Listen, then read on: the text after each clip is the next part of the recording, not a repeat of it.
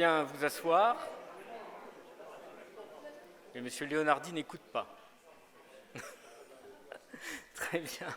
Bien, mesdames, messieurs, il me revient donc de vous souhaiter la bienvenue ce soir pour cette cérémonie des vœux du Val de Fensch. Et donc de vous dire quelques mots peut-être en introduction sur les conditions de tenue de cette manifestation. Donc vous allez pouvoir à l'écran d'abord voir plusieurs écrans, si je puis dire, et pour une raison très simple, c'est que cette manifestation est retransmise en direct sur Facebook et donc permet à tout à chacun d'y participer. Nous allons également faire défiler toute une série de diaporamas que vous pourrez voir pendant les interventions des uns et des autres, afin de vous expliquer, de vous montrer, car c'est le fil conducteur qu'on a choisi ce soir, donc les différentes actions qu'une communauté d'agglomération comme la nôtre peut faire au service de ses administrés et au service de ses habitants. Alors, avant de passer la parole au maire de Serémange, qui nous accueille dans ce superbe théâtre, je voudrais remercier Bertrand Zimmer, que vous ne voyez pas parce qu'il est caché là dans la régie, et qui est avec le service communication de la communauté d'agglomération et avec les équipes techniques du théâtre, qui est à la manœuvre pour tout ce qui est justement retransmission vidéo, et je l'en remercie déjà d'avance, je suis sûr que tout va bien se passer. Donc j'invite tout de suite Serge Jurzac, maire de Serémange, à venir nous dire quelques mots.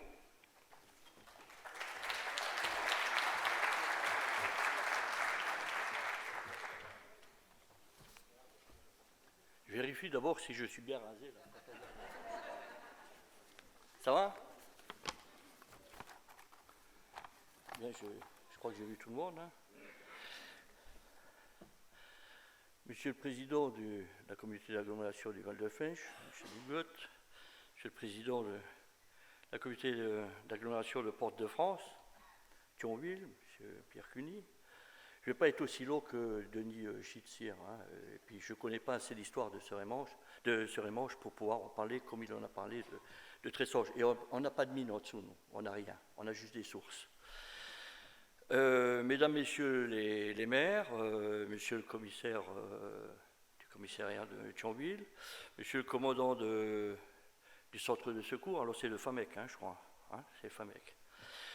Mesdames, Messieurs les présidents d'associations, pour ceux qui sont là, Mesdames, Messieurs, chers collègues, c'est donc un plaisir de vous recevoir avec le président de la communauté d'agglomération du Val de Fensch, Michel Liebgot, qui nous fait l'honneur de louer notre théâtre, je dis bien nous louer notre théâtre, à Serémange et Herzange pour cette traditionnelle cérémonie de vœux. Alors pourquoi le louer? Parce que, comme toutes les villes, comme toutes les communes, Serémange et Herzange ne roulent pas sur l'or. Hein. On va essayer de trouver des moyens là où il y en a. Alors, nous, c'est petit. Par rapport à d'autres, c'est petit ce qu'on demande. Je pense que ces instants de rencontre lors des cérémonies qui se veulent conviviales, avant toute chose, nous donnent l'occasion d'aborder avec confiance les défis qui nous attendent. Mais ça, c'est pour après. Quand on regarde devant soi, les regrets, s'il y en a, ne doivent pas compromettre l'avenir. Il faut savoir bousculer les idées reçues et s'ouvrir aux autres. Nous sommes depuis un mois déjà dans une nouvelle année. Pour autant, les problèmes d'hier ne sont pas résolus. Bien au contraire. La crise spéculative de l'énergie accentue les difficultés auxquelles nous sommes confrontés. Notre système de santé, que beaucoup nous enviaient, est en léthargie. Le réchauffement climatique entraîne des conséquences catastrophiques. Il est à l'origine de l'augmentation des inégalités, d'une perte de la biodiversité, de la sécheresse, de la montée des eaux, des cyclones, des tempêtes, et bien d'autres choses encore. Pourtant, peu de choses ont changé. D'ailleurs, la 27e COP, excusez du peu, 27 hein, quand même, de Sharm el-Sheikh du mois de novembre 2022 a accouché d'une souris. En fait, je crois que la règle fixée, ça doit être réunissons-nous pour que rien ne change. À vrai dire, tout cela pourrait paraître et rendre dérisoire tout nouveau débat. Plus près de nous, les problèmes du transport collectif avec un concessionnaire qui ne peut assurer convenablement cette mission du service public par manque de chauffeurs. On est confronté toutes les semaines à ce genre de situation. Le projet concernant la 31 bis, qui ne fera que déplacer des problèmes rencontrés par les frontaliers, et je pense, sans répondre, c'est un avis personnel, sans répondre aux enjeux de demain avec le développement du transport collectif, l'utilisation du chemin de fer et la réhabilitation d'anciennes lignes. Monsieur le maire de Thionville en a parlé hier, lors des vœux de la communauté d'agglomération de Thionville, ou encore par le fluvial pour le transport des marchandises. Enfin, pensez bien que je vais quand même dire 2-3 mots. Enfin, l'intercommunalité, la fusion de deux communautés d'agglos, on en cause en coulisses, c'est vrai qu'on en cause. Nous nous posons des questions sur le bien fondé de la démarche, avec notamment l'éloignement du centre de décision ne serait-il pas un vecteur déficient pour la démocratie? La taille de cette nouvelle structure ne peut-elle pas provoquer un surcroît de bureaucratie? Ou encore, il peut y avoir une agglo de cette dimension, peut-elle apporter un pouvoir financier renforcé, etc., etc. Il y a beaucoup de questions sur lesquelles il va falloir qu'on se mette à table et qu'on y réponde. Alors ces préoccupations et questions que je sais partager appellent des réponses pour nous guider dans les choix que nous serons amenés à prendre pour nos collectivités. De tout cela, nous devons en débattre parce que les choix à venir intéressent non seulement nos communes, mais aussi la vie de nos citoyens. Dans l'immédiat, je vous adresse avec le conseil municipal de Serémange nos meilleurs vœux et que 2023 soit pour vous et vos familles une année pleine de bonnes et agréables surprises. Je vous remercie.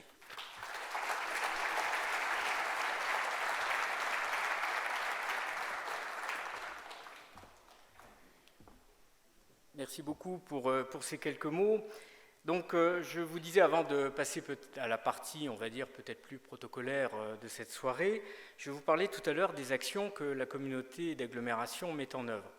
Lorsque vous avez reçu la carte de vœux du président de la communauté d'agglomération, vous avez pu remarquer sur cette carte un petit flashcode qui vous renvoyait vers un site internet que nous venons de développer qui s'appelle fenchdata.fr et qui présente justement beaucoup d'informations que vous ne connaissiez peut-être pas sur des domaines très variés de la vie de notre agglomération, que ce soit le logement, que ce soit la démographie, que ce soit la santé.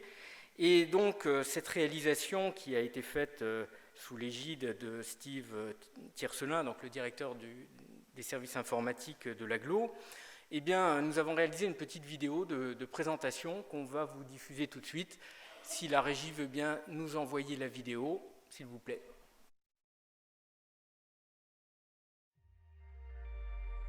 Avec fenchdata.fr, retrouvez les chiffres clés du Val de Fench. Ces données proviennent des différentes compétences de la communauté d'agglomération, mais aussi des sources publiques, notamment DataGouv, l'INSEE, l'Agence régionale de santé, la Caisse d'allocation familiale. Fenchdata.fr a pour but de faciliter la lecture et la compréhension des données d'intérêt général par le biais de graphiques, de tableaux de bord et de cartographie. Fenchdata.fr est accessible et compréhensible pour tous. Particuliers et professionnels, vous pourrez découvrir le territoire du Val de Fench à travers une présentation de ses 10 communes, de ses équipements et des divers services proposés. Vous y trouverez aussi des données fiables et actualisées pour vous orienter, vous aider à comparer et à analyser. Aujourd'hui, la donnée concerne tout le monde. À bientôt sur fenchdata.fr.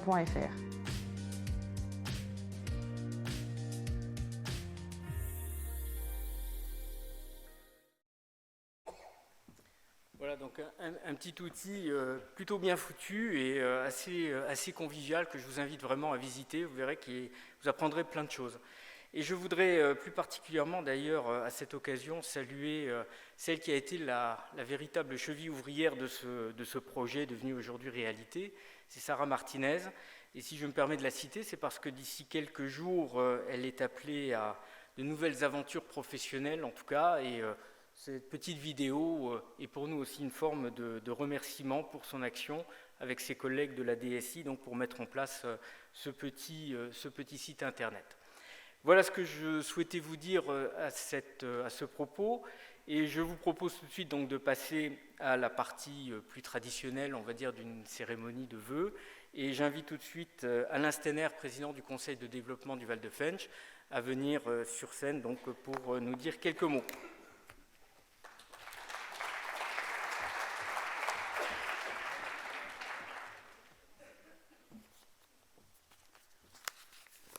Monsieur le Président du Val de Fensch, Monsieur le Président de Porte-de-France, Mesdames et Messieurs les élus des deux agglomérations, Messieurs les maires, Messieurs, Mesdames, le personnel aussi de cette communauté d'agglos, et puis sans doute de l'autre, Messieurs et Mesdames, c'est la première fois que j'ai l'occasion de m'exprimer pour une cérémonie des vœux en qualité de président du Conseil de développement du Val de Fensch. Je ne suis pas fâché que ça se passe dans cette salle, étant donné que j'ai passé toute ma jeunesse à Cérémanges, que derrière vous, il y a l'école maternelle où j'étais, à gauche, la mairie, et puis l'école élémentaire, où j'ai fait mes premières armes. Et donc, merci, monsieur le maire, de louer, si j'ai bien compris, votre théâtre si beau. C'est l'occasion pour moi de souligner le rôle qui est le nôtre, parce qu'on me demande souvent qu'est-ce que c'est que ce conseil de développement. Quand j'ai été élu président, ma famille me disait mais qu'est-ce que c'est, à quoi ça sert un conseil de développement? Et effectivement, notre rôle, c'est de porter aux élus de notre communauté d'agglomération un éclairage de ce qu'on a tendance à appeler la société civile ou le monde socio-économique. Et j'espère qu'on le fera au mieux. C'est aussi l'occasion pour moi de remercier tout l'intérêt, Monsieur le Président, que vous manifestez pour notre Conseil de développement, puisque pratiquement à chaque fois que vous pouvez, et il me semble qu'une fois seulement vous n'étiez pas là, vous assistez à nos réunions plénières. C'est aussi pour rendre hommage à votre personnel qui répond toujours avec gentillesse et professionnalisme à nos demandes. Une mention particulière à Stéphane Krill, même s'il doit me fusiller du regard. Vous êtes, Monsieur le Président, à la tête d'une assemblée représentant un territoire objectivement dynamique. Les derniers chiffres de l'INSEE, publiés en décembre dernier, en témoignent puisque c'est près de 72 000 habitants que compte notre communauté d'agglomération.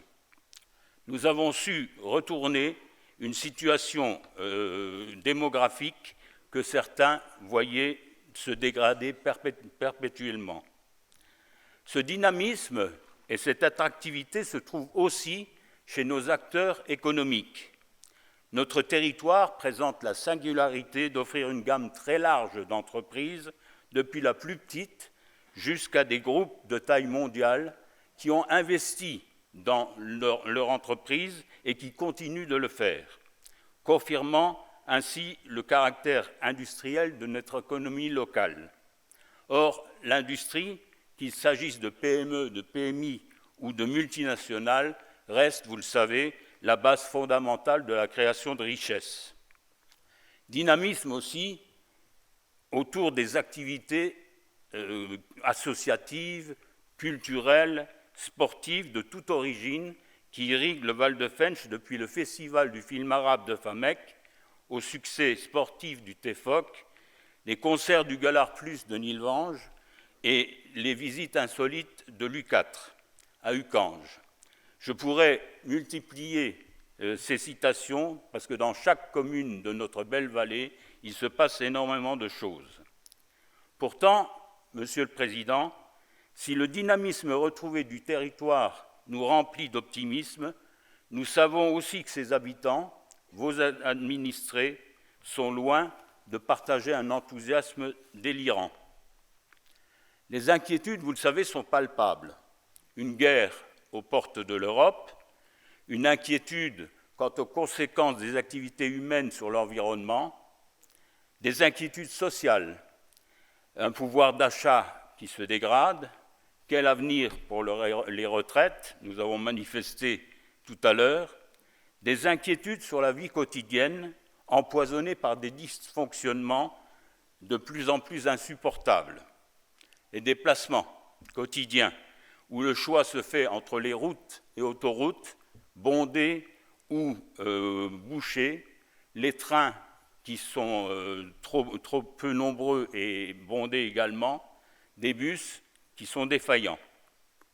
L'accès à la santé, où trouver un généraliste devient mission impossible, et des spécialistes, n'en parlons pas. L'accès aux services publics, apparaissant toujours plus éloigné et impersonnel. L'accès au logement. La proximité du Luxembourg fait que les logements sont de plus en plus onéreux dans nos secteurs, exposés à une formidable pression immobilière, dans des communes qui sont souvent appauvries par des décisions nationales leur coupant toute possibilité de ressources propres. Ces inquiétudes sont plus ou moins diffuses, mais bel et bien vécues au quotidien par toute la population du Val de Fensch et d'ailleurs en plus. Cette situation doit inviter les élus et les décideurs à une grande humilité dans leur vision de leur propre action. Mais elle doit aussi inciter à l'action et au volontarisme, d'autant que cette vallée a tous les outils nécessaires, non plus pour devenir peut-être le Texas lorrain que nous avons connu, mais au moins un avenir positif et dynamique. C'est sur cette note, mesdames, messieurs, que je veux terminer cette action. Vous me connaissez bien, Monsieur le Président, vous savez que je suis d'un naturel très optimiste. Vous me l'avez parfois même reproché. Je formule le vœu que pour notre territoire, que 2023 voit l'optimisme l'emporter sur le déclinisme. Pour vous tous et toutes, pour vos proches et tous ceux qui vous sont chers, je souhaite également une bonne et heureuse année au Val de Fensch. Merci.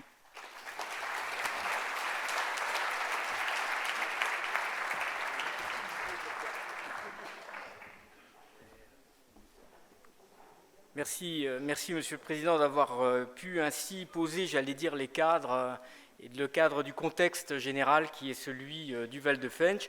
Et j'invite donc maintenant Michel Lipgott, donc le président de la communauté d'agglomération du Val de Fensch.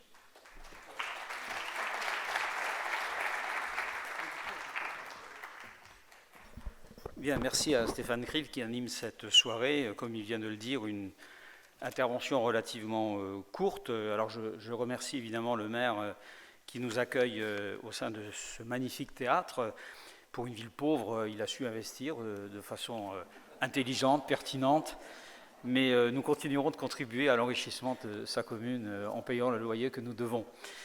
Je veux saluer évidemment l'ensemble des personnes présentes dans leurs grades et fonctions respectives. Je le fais rapidement parce que nous sommes en direct aussi sur Facebook et je ne voudrais pas effectivement qu'on donne le sentiment de faire de l'entre-soi. On est là pour s'adresser aux populations de nos communes et ces populations peuvent le voir en direct comme elles pourront éventuellement revoir cette intervention en différé. Il n'y a pas en ce moment de Coupe du Monde, il n'y a pas de grands tournois sportifs, donc on a une petite chance d'être éventuellement suivi.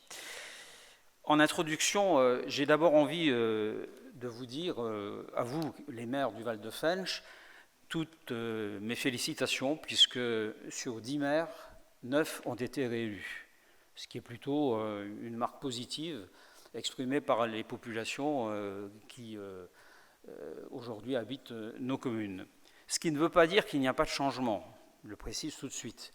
Ce qui est surprenant lorsque vous regardez les photos, alors j'ai regardé celles qui remontent à 20 ou 25 ans, c'est qu'à l'époque, vous aviez sur la photo 2 femmes. Lucie Kossevard, qui est toujours là, et si je ne me trompe pas, c'était une élue de Serémange, Madame Vatrin. 2 femmes simplement sur les photos. On est loin de tout cela, et si je dis cela, c'est simplement parce que si nous regardons la photo aujourd'hui du Val de Fensch, le renouvellement a été considérable, en dépit de la stabilité des équipes politiques. Il y a 30 nouveaux conseillers communautaires. C'est énorme. Mais c'est bien. Et je le vis au quotidien parce que même dans l'exécutif de cette communauté d'agglomération, il y a l'expérience des anciens il y a l'expérience vécue, et puis il y a l'enthousiasme des plus jeunes. Alors quelquefois, les anciens donnent le sentiment de freiner, de rester un petit peu conservateurs. Je ne parle pas de Serge, mais quoique Serge et Jean-François Medvès au SMITU assurent évidemment leur responsabilité. Et puis il y a les plus jeunes, Alexandra, la première vice-présidente, Rémi Dick, mais quelques autres, mais j'en reparlerai peut-être tout à l'heure, qui foncent, mais à juste titre aussi. Simplement, c'est un peu l'élastique qu'on essaie de retenir pour qu'on ne se cogne pas la tête contre les murs. Voilà. Ce qui est important aussi pour la communauté d'agglomération du Val-de-Fensch, c'est que, certes, nous sommes sur le champ politique national extraordinairement servis. Je ne crois pas qu'il y ait une seule sensibilité qui ne soit pas représentée au sein de notre conseil communautaire. On a à la fois les macronistes, on a les socialistes, on a les ex-socialistes, on a le PC, les ex-PC, le Rassemblement national, les républicains, les ex-républicains. Il n'y a pas d'Édouard Philippe encore, mais bon voilà, ça s'adresse au maire de Thionville qui est en campagne pour lui. En tout cas, moi je me félicite qu'à 92% des délibérations soient prises à l'unanimité. Il y a donc effectivement 8% qui désertent un petit peu cette sphère du consensus. C'est pas dommage, c'est l'expression même de la démocratie. Si nous étions à 100%, on pourrait s'inquiéter, bien entendu. Ce qui ne veut pas dire d'ailleurs, j'y reviendrai tout à l'heure, que pour autant, sur des sujets essentiels, nous soyons toujours d'accord. D'ailleurs, Serge, à l'instant, vient de s'exprimer sur un ou deux sujets sur lesquels je reviendrai tout à l'heure, avec sans doute une expression un peu différente, qui ne se veut pas définitive, parce que ce qui fait la richesse précisément de ces communautés d'agglomération, c'est le débat permanent entre nous.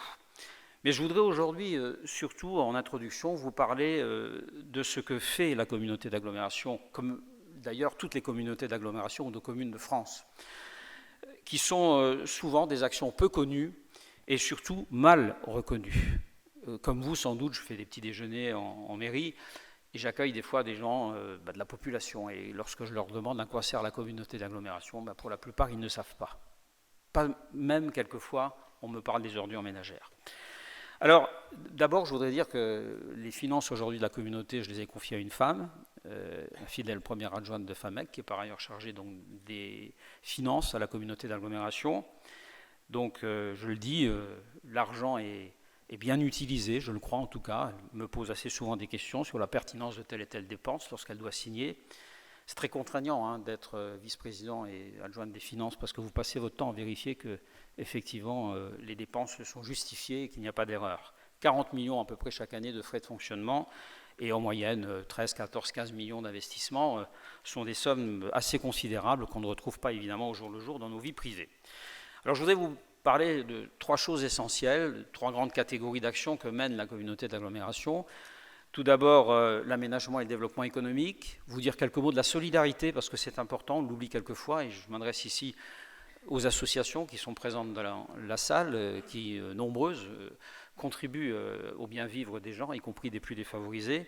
Et puis, dans un troisième temps, je vous dirai quelques mots de ce qui est évidemment essentiel pour nos populations, les services que nous rendons directement à la population. Alors, tout d'abord, sur le développement économique. J'ai voulu faire, effectivement, dans la diversité, parce que la diversité est source de richesse. Les trois vice-présidents qui suivent ces questions ne se ressemblent pas vraiment. Rémi Dick, je l'ai parlé tout à l'heure, vous le connaissez tous maintenant, je pense. Il a été le plus jeune maire de France, il ne l'est plus. C'est une qualité qu'on perd très vite, la jeunesse. Michael Weber, qui est aussi présent, l'a été aussi à une certaine époque. Je salue le conseil régional qui est là, à côté de Peggy Mazero, qui est aussi conseiller régional. Mais en tout cas, il reste jeune quand même, par rapport à nous tous. Kéra Kamessi, qui est à peine plus âgée, mais qui évidemment n'a rien de commun avec Rémi Dick. Elle est elle-même chef d'entreprise.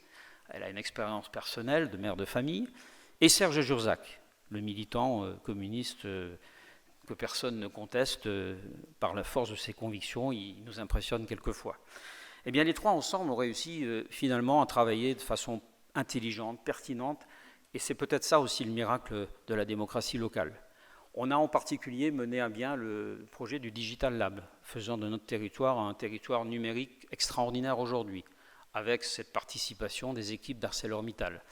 Et je veux souligner le suivi au quotidien effectué par Serge, mais également les idées nombreuses et variées qui nous ont été petit à petit amenées par Remedic et Keren Kamassi. Ce Digital Lab, nous l'avons décidé ensemble, ça nous a coûté 5 millions. Nous espérons évidemment que, comme pour la ville de Strémange, les remboursements de loyer nous permettent de rentrer dans nos sous par rapport à la sidérurgie, mais j'ai peu de doutes parce que je les trouve extrêmement professionnels. Et je veux, moi aussi, à ce moment de mon propos, souligner à quel point nous avons la chance d'être dans un territoire industriel. Vous savez, quand j'étais parlementaire, on me demandait toujours si Florange existait encore, s'il y avait encore un seul salarié, un seul sidérurgiste. Et je me plais souvent à rappeler, mais je vous le rappelle aussi parce que c'est important pour vous tous, en regardant simplement quelques grosses entreprises. Et ne croyez pas que j'oublie toutes les autres, parce que nos zones Saint-Agathe, La Felletière et les zones communales ici et là développées accueillent des centaines d'entreprises artisanales, des PMI, des PME, du commerce. Mais en tout cas, si je rassemble ThyssenKrupp, Zarchtal et ArcelorMittal, je crois qu'on est à plus de 4000 salariés. Et ça ne diminue pas, au contraire. Ce sont des salariés qui sont hyper compétents, qui produisent le meilleur acier du monde et qui exportent dans le monde entier, en Europe, mais aussi dans le monde entier. Et je veux le dire, aujourd'hui, l'industrie est une richesse, et même ce qui apparaissait hier comme un handicap, je pense aux friches industrielles qu'on nous laisse, devient aujourd'hui, du fait de l'utilité des sols déjà utilisés, donc du fait de l'interdiction de l'artificialisation des sols, devient une richesse fantastique. Certes, il faudra dépolluer, mais c'est une richesse aujourd'hui que de disposer de friches aussi importantes, en particulier celle de pâturage. De la même manière, forme de pollution et, j'allais dire, la chaleur fatale qui est produite par ces entreprises peut devenir une richesse extraordinaire aussi, parce que nous sommes en crise énergétique. L'eau, dont on a tellement parlé à l'époque de l'après-mine, dont on craignait qu'elle allait tout emporter sur son passage lorsqu'elle réintégrerait la profondeur des territoires et que toutes les maisons s'écrouleraient, est aussi aujourd'hui une richesse. Elle était sulfatée, elle ne l'est plus aujourd'hui, ou petit à petit, elle se désulfate, et elle est à la fois une richesse pour nous ici, dans la vallée, dans la région, mais elle peut devenir demain la réserve du bassin parisien, chacun le sait, et c'est une richesse que nous ne devons pas perdre. Alain Steiner n'en a pas parlé tout à l'heure, mais vous le savez, de par ses fonctions antérieures de président du Fensch-Lorraine, il tient énormément au caractère public de la gestion de cette richesse qu'est l'eau. Alors, que nous reste-t-il à faire dans ce domaine ? Il y a 2-3 dossiers qui me paraissent absolument essentiels, puisque je l'ai dit tout à l'heure, les zones, par exemple, La Felletière, Saint-Agathe, sont pleines à craquer. On ne sait plus trop où mettre quelques commerces encore qui se présentent, mais il y a pâtural. Et je veux dire ici au maire d'Aillan, je ne sais pas s'il est présent, mais qu'il faudra vraiment que nous travaillions ensemble, main dans la main, avec ArcelorMittal, avec également les sociétés qui interviendront sur le site, avec les services de l'État, avec les services de la région, pour faire de cette friche de pâtural l'Eldorado de demain. Il faudra quelques décennies, donc tout le monde ne le verra pas. Mais c'est incontestablement au cœur de cette vallée notre principale richesse aujourd'hui, même si c'est aujourd'hui une friche. Je veux aussi citer en même temps, parce que c'est un dossier qui est commun aussi entre la ville d'Hayange et la communauté d'agglomération, les grands bureaux, le bureau central, qui, vous le savez, a accueilli de nombreuses générations d'employés pour faire tourner les services administratifs de la sidérurgie. Histoire et Patrimoine va réaliser l'opération que nous attendions, dont nous rêvions, parce que nous n'y croyions plus, de récupérer ce bâtiment et d'en faire demain du logement, peut-être de l'événementiel, des salles d'exposition, des salles de réunion. Et j'invite vraiment tous les élus à travailler main dans la main sur ce dossier, parce que c'est un dossier qui à la fois nous inscrira dans le futur, mais qui en même temps est bien entendu le respect que nous devons à nos ancêtres et à l'histoire de cette région, de préserver ces bâtiments magnifiques. Je veux simplement, en terminant sur ce premier point, saluer le travail excellent fait par Keren Kamassi avec l'ensemble des commerçants et artisans. Nous ne sommes pas là pour faire des miracles, mais nous sommes là pour les accompagner, notamment lorsque leur attitude est tout à fait conforme à l'idée que nous faisons du développement durable, mais nous les mettons également en relation avec évidemment tous les partenaires économiques, les organismes consulaires, les institutionnels s'il le faut, et ce travail est aujourd'hui couronné de succès. La deuxième thématique que je voudrais développer rapidement est celle de la solidarité. Alain Steiner l'a à sa manière rappelé tout à l'heure. Les populations qui sont dans nos communes gardent les stigmates, malheureusement, de crises sociales répétées. nous n'avons pas toujours aussi bien vécu les restructurations. Il fut une époque, vous le savez, où les gens partaient à 50 ans en retraite, mais où d'autres ne trouvaient pas non plus l'emploi derrière.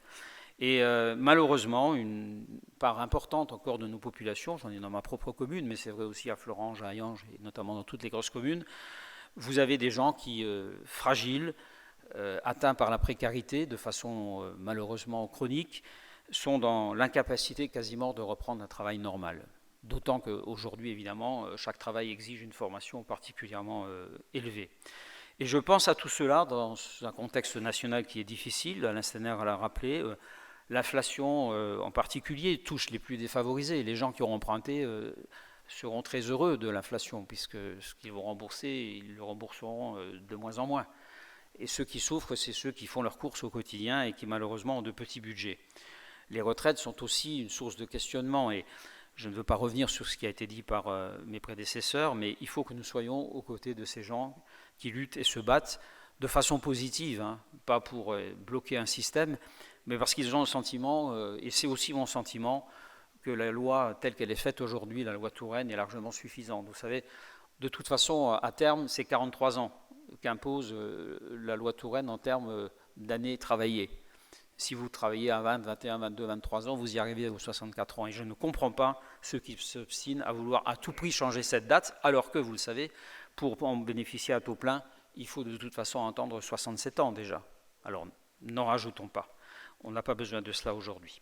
Dans le cadre également de nos compétences, je veux dire un mot de l'habitat et du logement qui est pris en charge par la première vice-présidente, Alexandra Stock-Pina, qui est aussi d'ailleurs présidente du CAUE, je crois, et qui, avec sa collègue Sylvie Schutz, également de Nilvange, a considérablement fait accélérer notre prise en charge de dossiers à côté desquels nous étions quelquefois, ou de solutions que nous n'avions peut-être pas trouvées. Alors, Jean-Pierre Servet, qui avait en charge cette compétence, a fait des choses extraordinaires en termes d'aide aux populations, en termes de traitement également des nomades sédentarisés.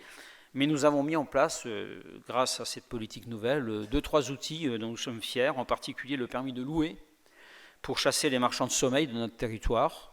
On n'a pas le droit de se faire du fric sur des gens qui ont du mal à trouver un logement. Et ça fonctionne bien, puisque lors du dernier conseil communautaire, nous avons étendu l'intervention de ce permis de louer. La création d'un office foncier solidaire, Pierre Cuny l'a cité hier soir, je crois, lors de son intervention, qui permettra à des gens modestes d'acquérir une maison ou un logement, parce qu'on dissocie le foncier de l'immobilier. Et puis les copropriétés dégradées, que le préfet a eu l'occasion, à l'invitation d'Alexandra Stock-Pina, de visiter à Nilvange. On n'imagine pas toujours le travail qui reste à faire dans ces vieilles cités ouvrières, mais également rue des Peupliers à Knutange, et il y en a beaucoup d'autres qui suivront encore. Voilà, la solidarité, c'est aussi, et ce sera pas le mot de conclusion, mais presque pour cette partie, la solidarité, c'est aussi la politique de la ville, et je veux saluer le travail fait par Sylvia Waldung, qui est la partenaire au quotidien des associations, si essentielles dans nos quartiers. 350 000 €, je précise qu'à de multiples reprises, nous avons pris le relais de l'État, qui n'assumait plus du même montant les subventions accordées. Et en tout cas pour FAMEC, pour Ucange, pour Fleurange, en sortie à une certaine époque, et pour le Fonds de Vallée, parce que nous avons été solidaires avec le Fonds de Vallée. Il y a une politique de la jeunesse, les élus le savent, qui est menée en Fonds de Vallée de façon cohérente entre Knutange, Nilvange et Algrange. Ces crédits ont été aussi absolument fondamentaux. Je salue également le travail fait par Raymond Hugui au niveau des gens du voyage. Alors, je suis désolé, mais c'est une spécialité algrangeoise. Hein. C'était Jean-Pierre Servet avant, maintenant c'est Raymond Hugui. Je ne sais pas où il est dans la salle, mais franchement, ce n'est pas un travail de tout repos. C'est le moins qu'on puisse dire, et pourtant on en a fait beaucoup dans ce domaine. J'ai néanmoins entendu de la bouche de quelqu'un lors de l'inauguration, je crois, samedi, de la déchetterie, qui me disait qu'un enfant de ces nomades sédentarisés travaille maintenant à la déchetterie pour 6 mois. C'est dire si même les situations les plus dramatiques peuvent quelquefois trouver une sortie lorsqu'on fait preuve d'intelligence et d'innovation. Le troisième grand thème, c'est celui des services rendus à la population. Alors, je vais être assez rapide parce que vous les connaissez. C'est d'abord la fibre optique, le très haut débit. Et je veux ici souligner que nous avons maintenant couvert l'ensemble du territoire. Ça ne nous a rien coûté. Nous n'avons adhéré à aucun syndicat. SFR, certes, a souvent été contesté, mais ils ont fait d'abord du coaxial et ensuite de la fibre à l'habitant. Et avec le vice-président Philippe Greiner, nous avons, je crois, réussi dans un laps de temps extrêmement court à couvrir la totalité des communes, sans que pour autant le CIVOM d'Algrange soit remis en cause, même s'il va falloir discuter avec eux pour trouver la bonne formule pour l'avenir.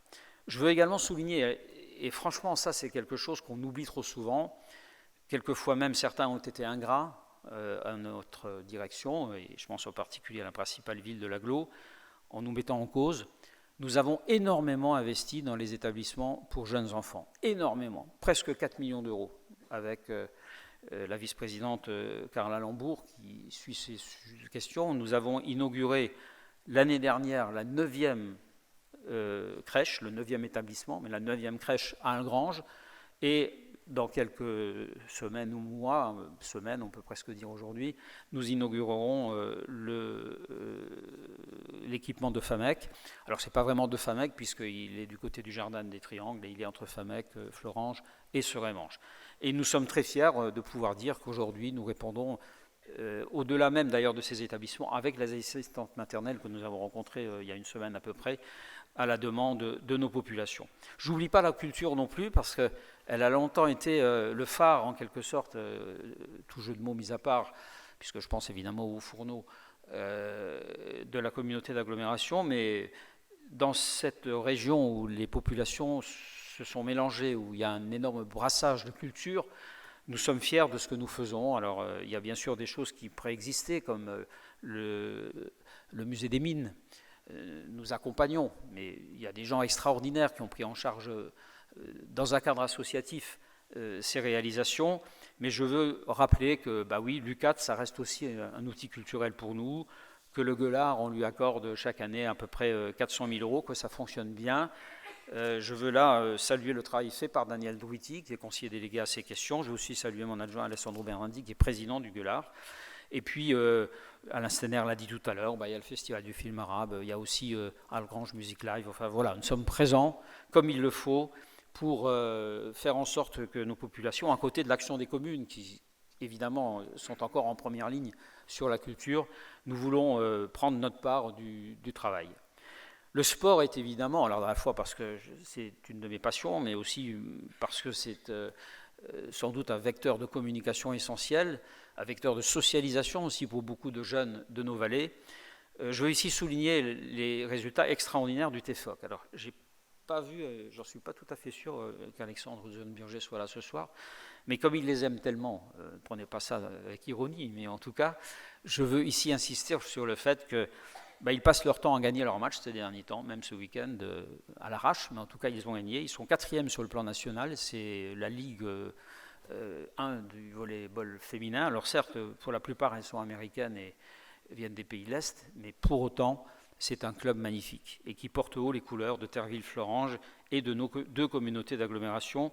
Il faudra continuer de les soutenir. Certes, elles ont été battues par Istanbul, mais Famec étant aussi un peu Istanbul, j'en étais pas forcément si mari que ça, et je me suis dit qu'on s'en sortait plutôt bien. Le terrain de rugby, nous ne l'oublions pas, d'autant que j'ai noté que le sous-préfet, qui malheureusement avait pris un engagement d'être ce soir au vœu de la centrale nucléaire de Cattenom, mais nous en avons longuement parlé encore ce matin, le sous-préfet nous aidera autant qu'il le pourra pour le stade de rugby, qui mérite effectivement d'être mis en état. Il y a un programme national qui est engagé à l'occasion des Jeux Olympiques, et je ne doute pas que nous trouverons une partie du 1,2 million.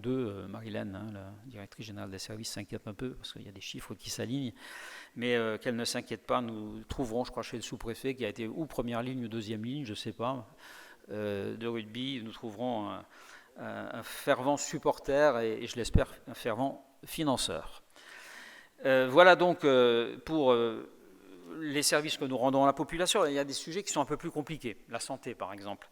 La presse en a rendu compte il y a quelques jours, ce n'est pas nous qui avons la responsabilité de la politique de santé, pourtant nous pouvons accompagner. Et je veux ici vraiment dire à quel point je souhaite une bonne santé à Jean-Pierre Serbet, qui est délégué à la santé, parce que nous en avons vraiment besoin de lui. Il ne loupe pas une réunion. Je pense qu'on ne peut pas lui octroyer le doctorat de médecine à la fin de ces années. mais je pense que petit à petit, il va en savoir autant que la plupart des to-be. Il passe sa vie avec eux. Et c'est vrai que le travail qui est fait en liaison, de façon certes humble, avec l'établissement du CHR qui se trouve à Hayange, est vraiment à mettre à son profit, à son acquis. Il ne les quitte pas, ces to-be.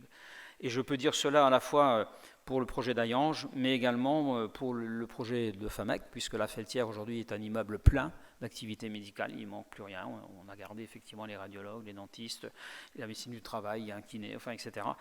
Et je sais que vous êtes nombreux, vous, maires, à envisager des maisons de santé, donc on continuera bien entendu d'accompagner cette politique de la manière la plus efficace que nous pourrons. Il y a des projets dont je ne peux pas parler, en particulier sur la Feltière, parce que on n'en est encore pas tout à fait là, mais sachez en tout cas que ça grenouille, et dans le bon sens du terme. Un mot également de la transition écologique, non pas que ce soit une mode, mais chez nous c'est une habitude, et c'est une habitude qui remonte aux années 2000, puisque déjà à l'époque nous avions, sans l'avoir, la compétence GEMAPI. Nous traitions déjà de ces questions sans avoir les recettes issues de la taxe GEMAPI. Et je veux ici souligner le formidable travail qui est fait par deux vice-présidents, Jean-François Medves et Fabrice Serbet, j'allais dire le rose et le rouge, puisque c'est la terminologie qu'ils emploient entre eux, donc je n'ai pas de raison d'y échapper. Mélanger, je ne sais pas ce que ça donne, si ça donne du rose ou du rouge, mais en tout cas ça reste de gauche. Mon cher ami Pierre Cuny, ici, il faut effectivement entendre aussi cette sensibilité, parce qu'elle est omniprésente. Sur les déchets, qui sont ni de gauche ni de droite, hein, je le précise, nous y avons inauguré samedi un formidable outil, la déchetterie d'Algrange, et nous avons rééquilibré l'offre dans toute la vallée. Il y avait Florange, Hayange qu'il nous faudra moderniser, n'est-ce pas Jean-François, mais également Algrange qui aujourd'hui est le top du top, me semble-t-il. Et j'ai noté l'autre jour qu'il fallait qu'on se préoccupe sérieusement, n'est-ce pas, je m'adresse là aux gens qui nous représentent aussi des longs, Alexandra m'en a parlé, mais Jean-François également, il faut que nous nous battions pour avoir rapidement la recyclerie, si j'ai bien compris, hein, ne l'oublions pas. Sur l'assainissement, alors je vais faire vite, mais ça coûte tellement cher que ça me fait mal d'en parler. Donc c'est 40 millions à peu près qu'on va engager dans les années qui viennent. On refait tout à Algrange par exemple. Enfin, je crois qu'on est en train de tout refaire. Mais ça permettra d'accorder des permis de construire. Et derrière les permis de construire, il y a des taxes foncières derrière, donc on devrait s'y retrouver. Pas pour récupérer les 40 millions, mais heureusement on est aidé, mais en tout cas pour assurer l'avenir de ces communes et de la communauté. Les actions en direct de l'eau, évidemment, sont aussi essentielles. Je pense aux inondés de Machmy, mais pas seulement. Notre priorité portera évidemment sur la Fench. Et là aussi, je demande aux communes d'être vraiment partenaires de la communauté d'agglomération, parce qu'on ne fera rien l'un sans l'autre. Dans ce domaine-là, il faudra effectivement que nous soyons très responsables pour créer les bassins de rétention nécessaires.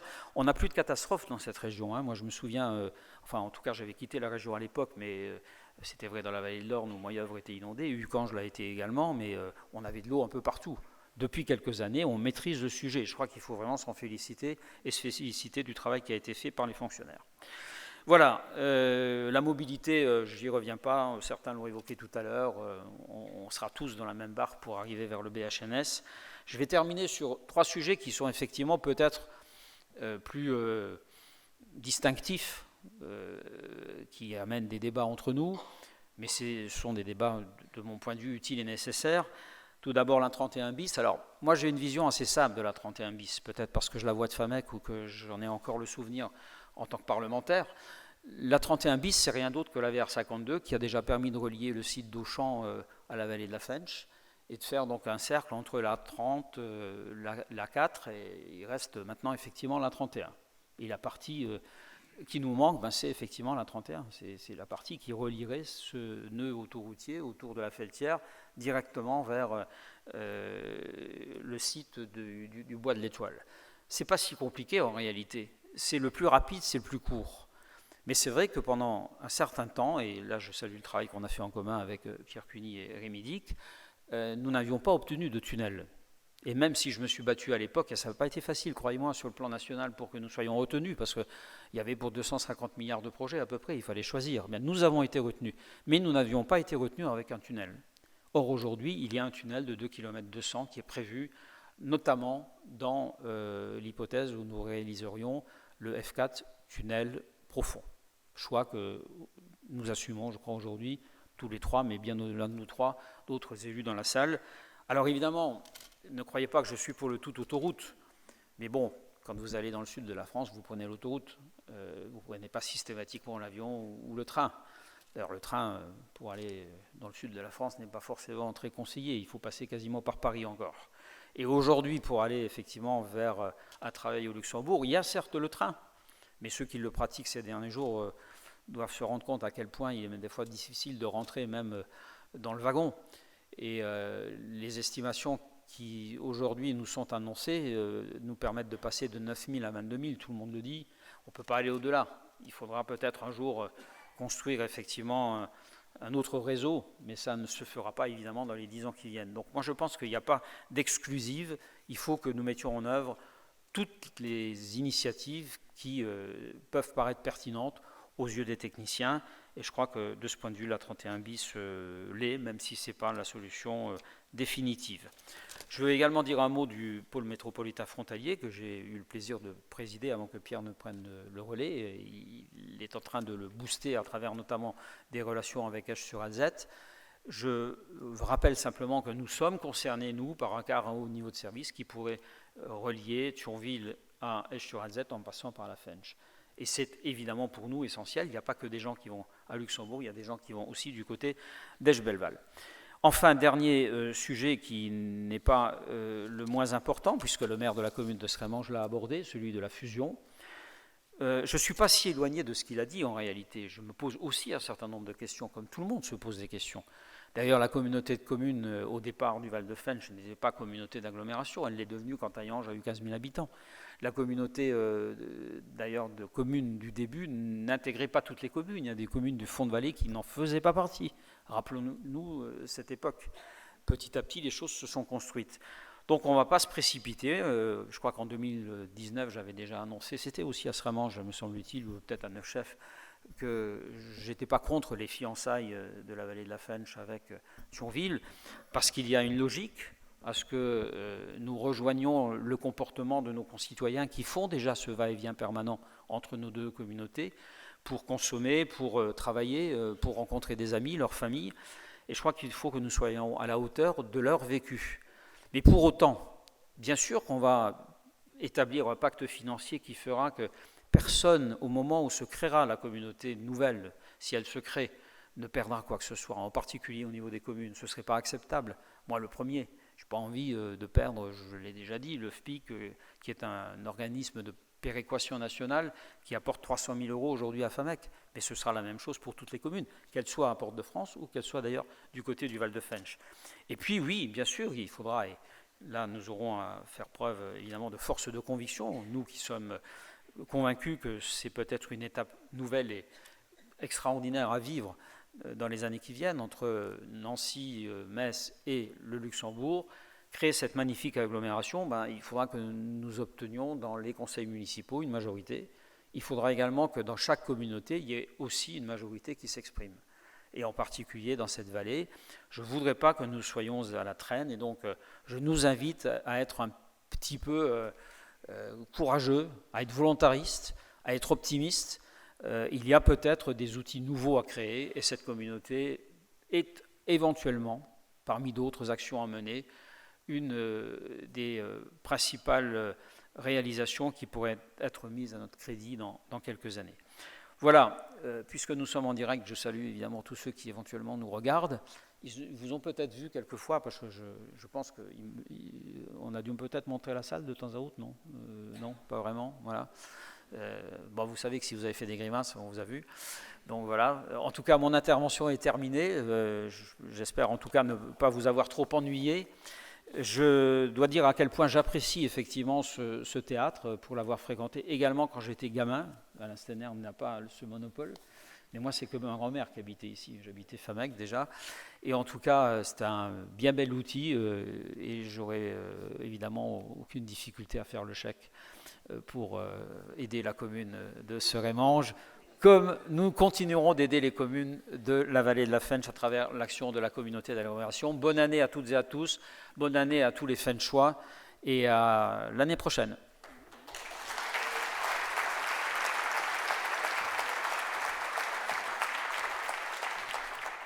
Très bien.